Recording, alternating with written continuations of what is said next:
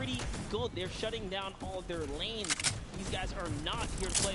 Remember, as you're a guard, you don't accumulate any points, so it's good. They're knocking us out the way, and they're doing a great job defending. Keeping them out, making sure you find the right lane angles, and also sometimes just putting shots out in the right spot. You just need to be able to consistently deny as much as possible. And Taldog, that was sick! I was like, are you behind that? Yep, what's that? Didn't see that there before, didn't see that either. Taldog doing a good job so far, spotting things through the curtain. Let's see if he can find another here with a random shot. Oh, something landed. That's why you don't want to hit those spring traps there. They make it so difficult when you're a larger object coming back down. It's just so much motion on the screen. Everything else is still. If you see that thing falling through, like, it's an easy shot. Particularly for all of these players up there. I mean, Gotaga threw everyone on Raven's Revenge. Him, Magma, RTA, and Chappie all have been able to hit their shots. And then, I mean, Little Whip Warriors is a team of picture shots. That's right. And there it is. Last opportunities to make a point have just concluded. And that was the first round for these. So we're going to switch up the guards now. The Warriors get a chance at trying to earn some points, and as do the others. The next round will begin. That dragon's so cool. That's so cool. Look at that. Yo, shout out to the observers. That shot right there, that's really cool. Big fan of it going out. And as you can see now, round 2 is underway. This is the final match on Junkyard Juke of set 2. And right off the bat, 2 archery targets and a water heater marching on out. Yep, that archery target is worth 10 points, though. So if you can bring that all the way through, it's one of the, I guess, smaller, large point objects. Agua doesn't even care. He's impatient. He saw the blinds open up. He just kept going. Svenoff did pump the brakes, though, even right here. And notice, he stops it very early. He's just trying to blend in and get as many points as possible right here. Ooh, did get picked up. It might have been the book there. That's the one thing that you need to note that makes it very difficult about the bullseye or the archery target, is the fact that because it has those placed legs, you have to be deliberate about where you're setting down. Otherwise, you're right, like, boom, right there. That book would be a giveaway if somebody decided to look down and double check that box. But there's 6 other boxes around, so relatively safe. Good path chosen there from Tyler, and opts to stop and be, you know, a little bit of patience. And might have cost him there. I think he would have had it if he had just go full send, and I think he thinks so too. Yo, it makes me laugh to see him scratch his head, his jaw drops like, oh, being so close and not making it through is so unfortunate.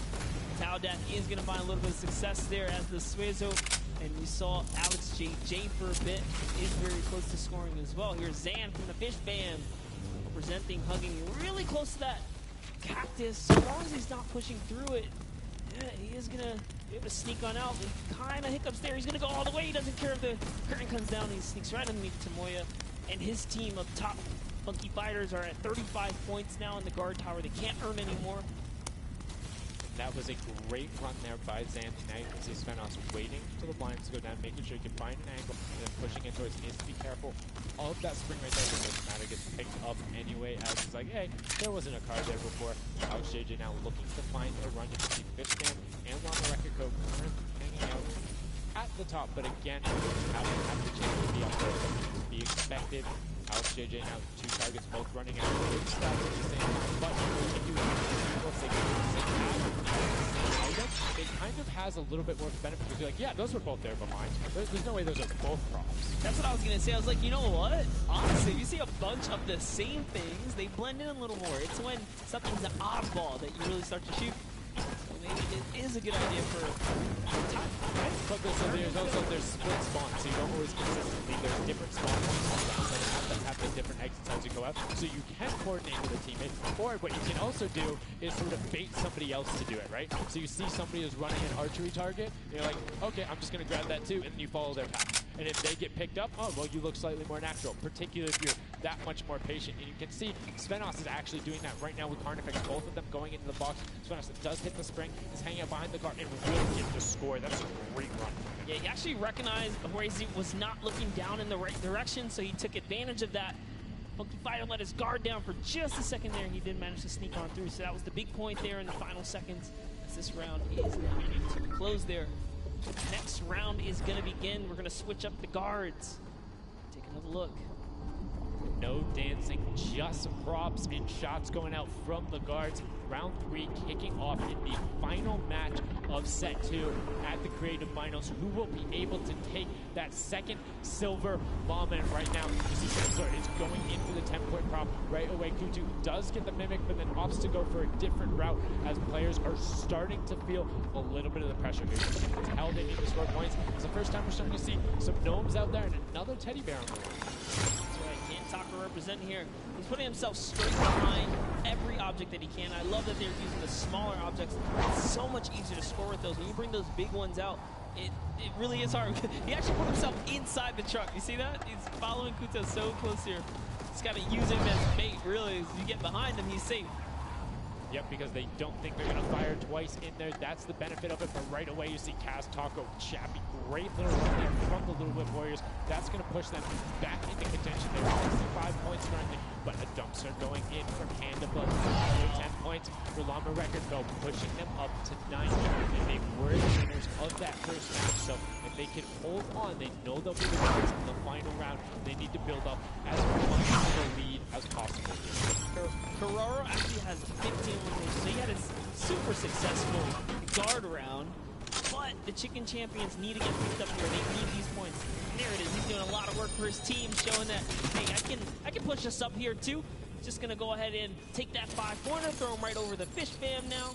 And they're in the top 3 running. That was a great run from him. Corner peak the entire time. Make sure nobody was looking for him. Like he was a threat. But right now, Benzo coming through. The Chicken Champions. And they overtake in the last minute. That's 10 more points. That is going to go through for them. And it starts pushing up on the record. So he needs to get in some runs. The Chicken Champions will not be on the defense for the last one. So they're pushing through. Right now, it is the Sunshine Soldiers and the Fish Fam up there. So they're doing their best to delay everyone. X-Sandy gets picked off by Tyler. And now Carnifex is chilling in the back on that rusted out car. And Blood just barely avoids the shot. Oh. Saw the hitbox going through there. The Tracers finding a way through the window, but not enough as Dracius gets in. 2 more 10-point props also going over. And we're seeing, I think, a little bit closer of a score here, minus the fact that the Chicken Champions haven't shot. Yeah, it's pretty rough. Neither have the Llama company. The Llamas have not shot down one into the guard tower at all. You can tell because when we go to their POVs, they have not taken a run yet. Excuse me, I misspoke there, meaning the Chicken Champions had already shot. Oh, okay. Yeah, so they're doing great. Llama needs to press on it. The only team who really has a definitive lead right now is the Chicken Champions. Effectively, they're up 30 points on the rest of the field because Cuddle Team and Llama Record Code both have to shoot next year. Oh boy, so they can secure a big lead here in the last couple of seconds of something can't be processed. Oh, the poor Burger over here. Burger did not get processed. We like it, never frozen there. Brilliantly done. Doesn't find it. Great work from coming out, and Carnifex doing a great job. Round 4 will begin. It's going to be the last match, and we're going to see what the line is going to be. Who is up in the tower? Who will be able to defend? And can they hold them off against Llama Record and the Cuddle Crew up there? It's already up there. You can see the Chicken Champions were able to. It's all about can a Little Whip and them catch up. They need a fantastic.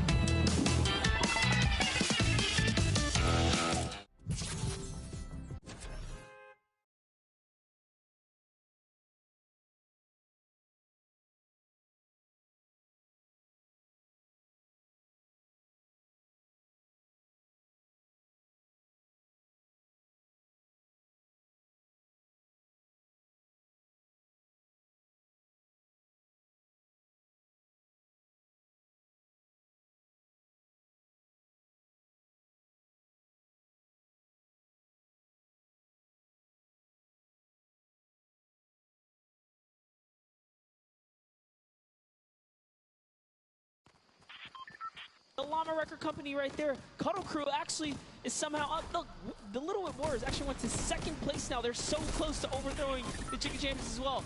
It's going to come down to the last final moments for the Little Whip Warriors to get the runs they need to. You can see Kaz is taking the corner route, trying to find whatever he can, and he's doing it very well so far. Avoiding the jump pads there. Pretty sure Ninja called those ones out on the run since he hit them on the last time. You can see they're only 20 points down. They're all on 5-point props right now. They will be able to do it, but all of a sudden, Fish Fam is right there as well. They're only 25 points up. Here comes a rotation across. 5 points will be coming across for the Little Whips. Fish Fam also getting it, but Cuddle Crew does finally get pushed up there. Brilliantly done. 15 points now separates them, but Ryan gets one in for the Tender Defenders, pushing it back up to 25 with only 30 seconds remaining. Rubius knows if he can get this water heater in, if he can be safe. Oh, apologies, hit it so well. He has a statue going on there. As you can see, hits the jump pad, stays on the corner, will get it in. That's going to push them 30 points clear. But as I say that, Fish Fam catches right back up. 19 seconds left, Monster, in the final match of set 2 on Junkyard Juke. Can the last minute scores come through? 25 points, they need a run of 10. Kaz got in, the box is coming just behind. Fish Fam gets picked up. The Chicken Champions have done enough to round out the final match. Brilliantly done in match 2, repeat in match 3. They are the Chicken Champions. Excellently done, and they defended their crown. That's right. You have to give props to everyone else that managed to kind of hold a top 3 lead, especially right there in those final moments. Little Whip Warriors, the Fish Fam really coming up at the end there, you know, bumping up their prize earnings, because every round everyone's a winner, but you can earn just a little. You can win a little bit.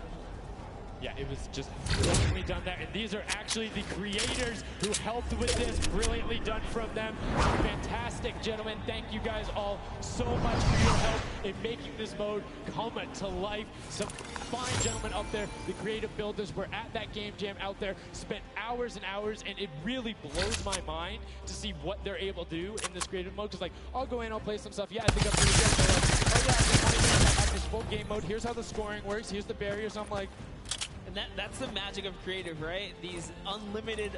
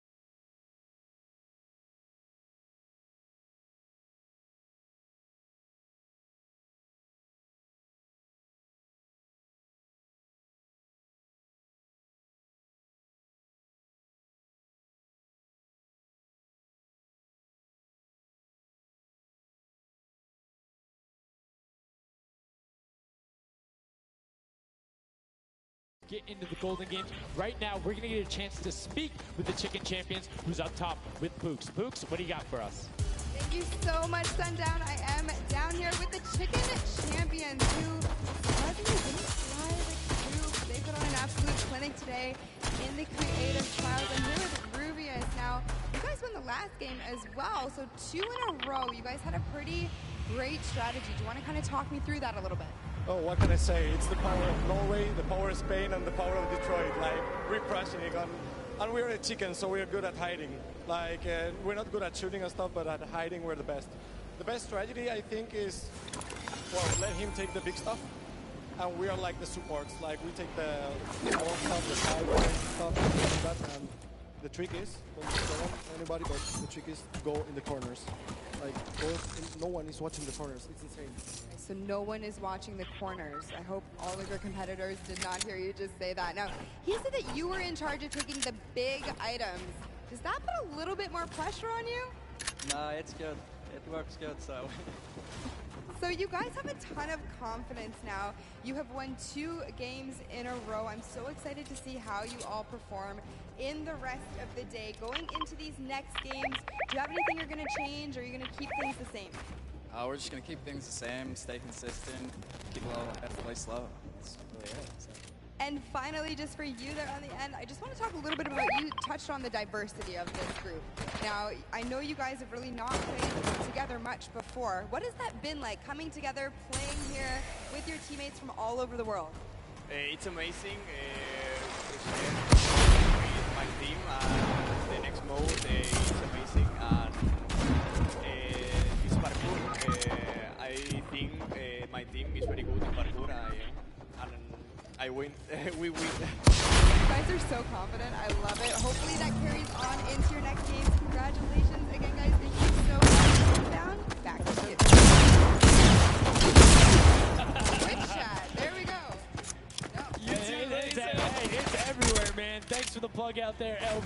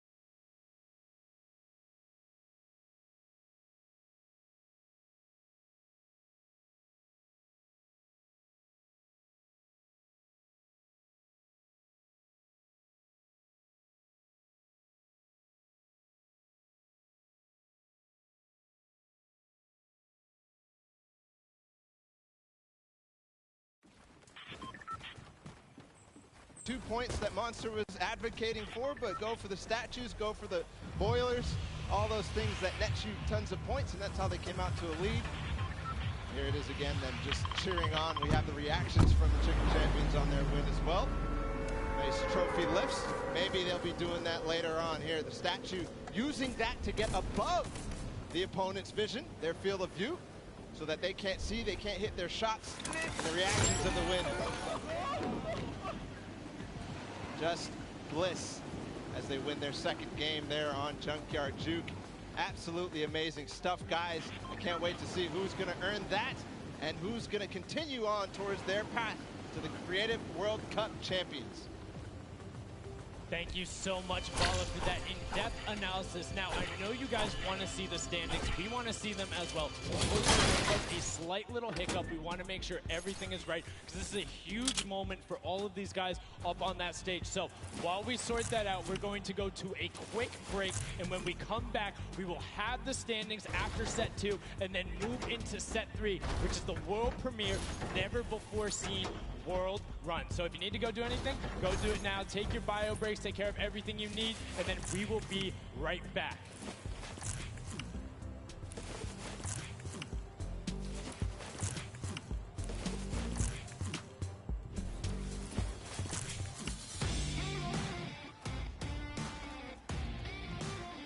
Hey, my name's Magma, and today I'm in New York because I qualified for week 4 of the trials for Godda's map. I'm ready to showing my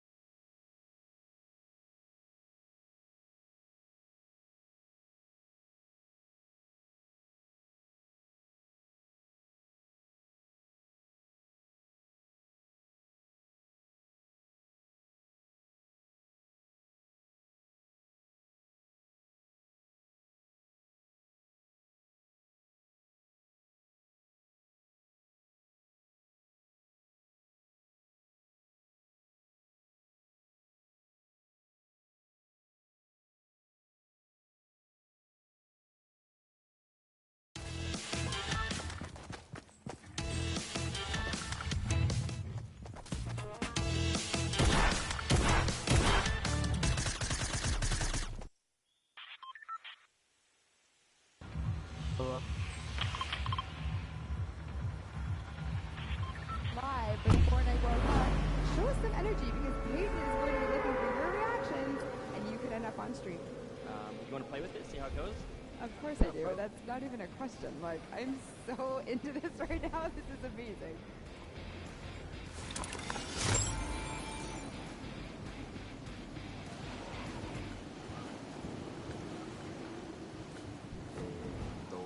I'm Scarlett. I've come from Japan.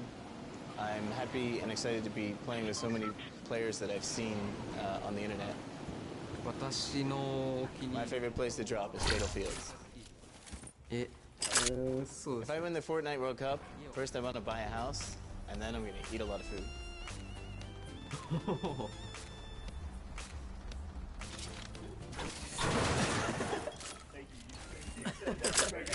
So heavy. World Cup 本戦. I'm definitely going to win the Fortnite World Cup, so keep cheering for me.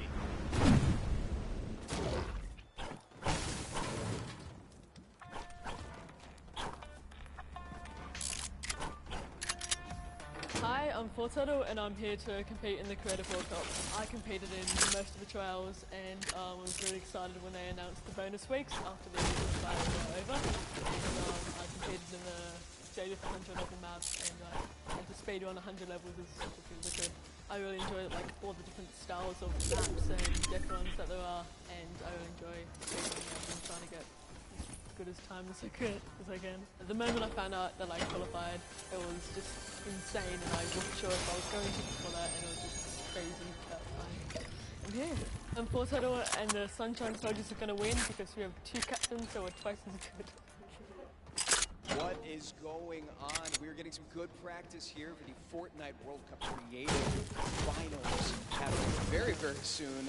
A lot of first thoughts, first looks at the Sky Station Showdown, which is an incredible map. It was a great map. I mean, it mixes a huge new element into the game. You know, you got to protect the person with a sword, capture the objective, but my team, great teamwork, and, you know, we kind of pulled through at the end there. It was awesome. 1000%. You know, so being able to kind of get your hands on the map, you know, before, obviously, the big moment.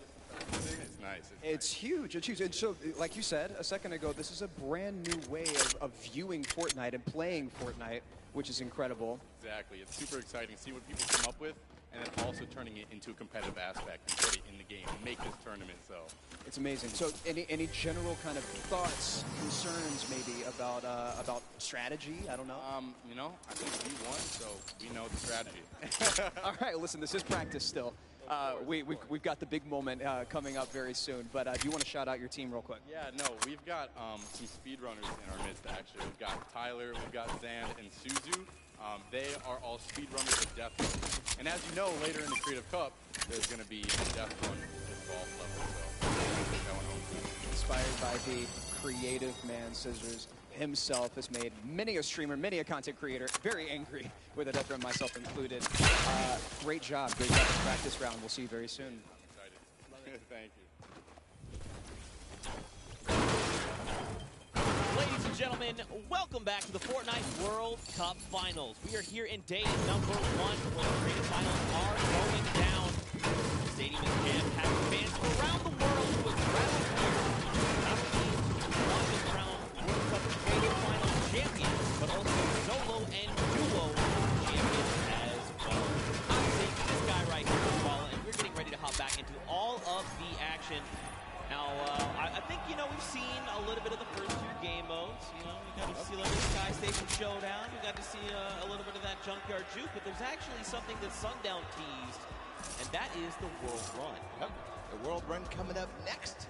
It is an awesome, you know, it's something that I think a lot of these players are used to.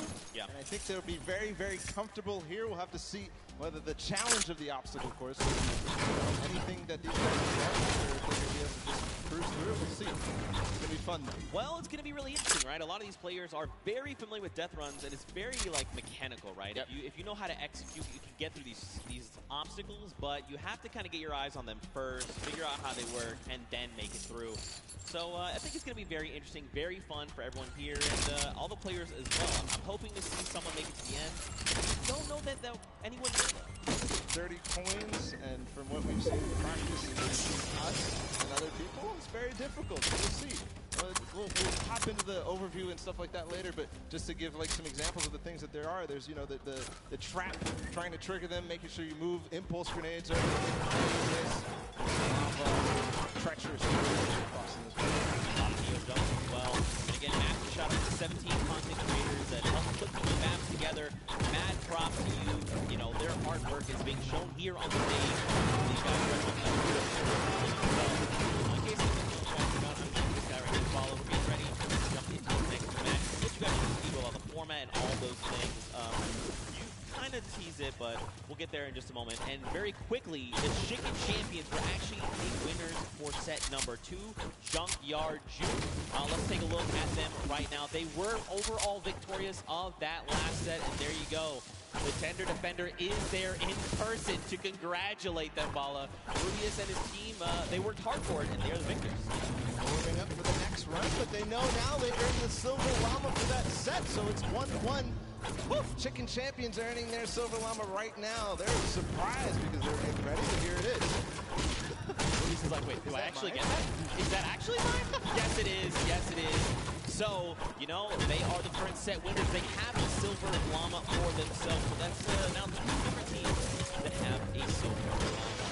With only a few set matches left to go, I believe, you know, if the Chicken Champions can secure themselves a second Llama, that would be huge for them and their team, but we'll have to see how things go for them.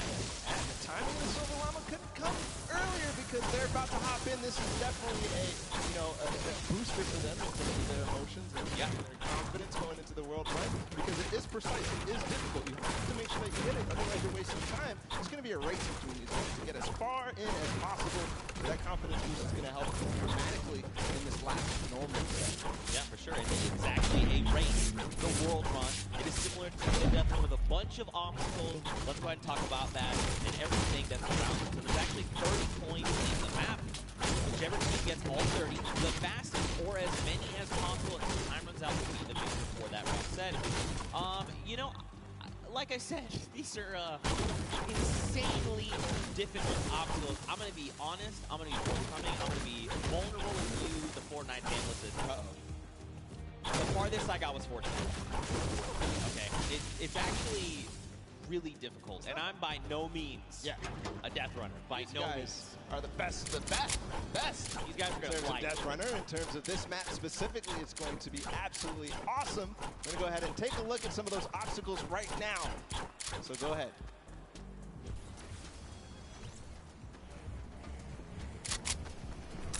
We're going around the world in this new creative team, Death Run.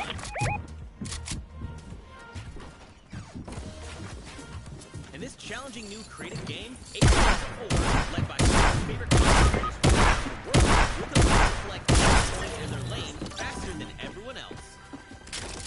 The first team.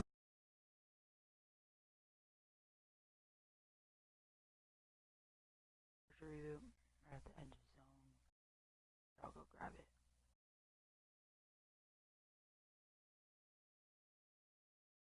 Or not.